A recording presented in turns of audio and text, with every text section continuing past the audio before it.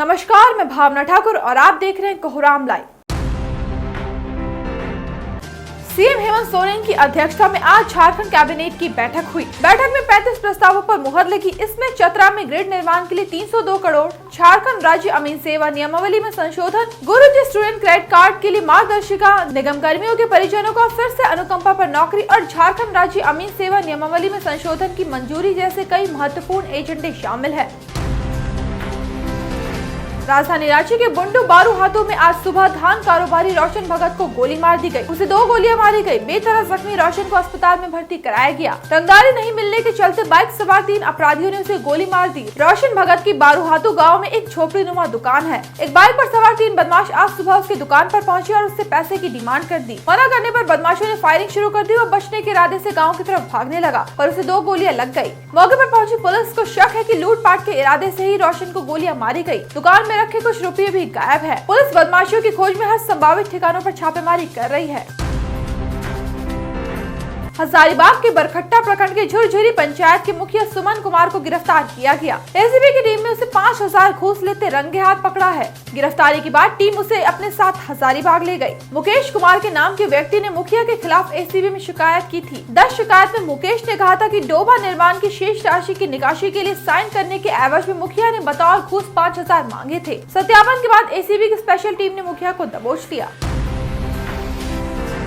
पलामू की पाटन पुलिस ने आज एक जवान लड़के की हत्या के जुर्म में एक दुल्हन और उसके 2 भाइयों को जेल भेज दिया। इल्जाम है कि शादी के बाद मायके आई दुल्हन अपने पुराने आशिक की हरकत और करतूत से परेशान हो गई थी। दुल्हन के मायके आने की खबर मिलते ही उसका पहला प्यार नयन कुमार सिंह उसके गांव पहुंच गया। दुल्हन का कहना है कि उसे ब्लैकमेल कर रहा था, उसके साथ शारीरिक संबंध बनाना चाहता था। दोनों को चोरी छुपे मिलते हुए उसके भाइयों ने देख लिया। इसके बाद तीनों भाई बहन ने प्लानिंग कर नयन कुमार सिंह को मौत की घाट उतार दिया और इसकी लाश को जंगल में दफना दिया। नयन बीते 22 जून से लापता था। पुलिस ने शक के आधार पर सबसे पहले छत्तीसगढ़ जाकर दुल्हन को उसके ससुराल से कस्टडी में लिया। इस तरह पूरे कांड का खुलासा हुआ।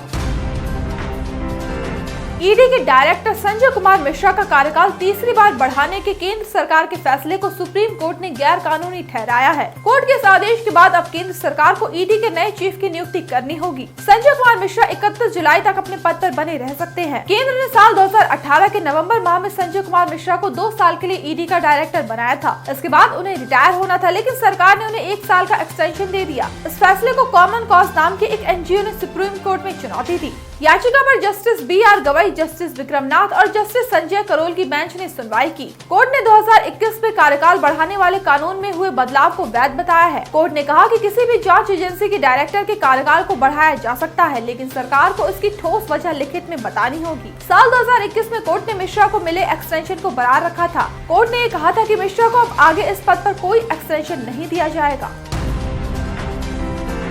भाभी से दूसरी पत्नी बनी सुमी सोरेन को मौत के घाट उतार दिया गया। दूसरी बीवी का खून करने के बाद ताला बाबू हंसदा ने बोरियो थाना में जाकर सरेंडर कर दिया। उसने पुलिस को बताया कि बड़े भाई के लापता होने के बाद से उसने अपनी भाभी सुमी सोरेन से शादी कर ली थी। उसने पहले शादी शकुंतला टोडू से की थी। शकुंतला से उसे 2 और सुमी से 1 बच्चा है। उसने बताया कि शादी के कुछ दिन बाद ही उसकी भाभी के तेवर और मिजाज बदल गए। बात बात पर कलह करती थी। बात इतनी बिगड़ गई कि उसने उसे खर्चा पानी देना बंद कर दिया। उसने उसका जीना हराम कर दिया था। इस वजह से उसका खून कर दिया। जिस हथियार से मर्डर किया वो हथियार अब तक पुलिस को नहीं मिला है। यह वारदात साहेबगंज के बोरियो थाना क्षेत्र के 82 प्रधान टोला गांव में हुई।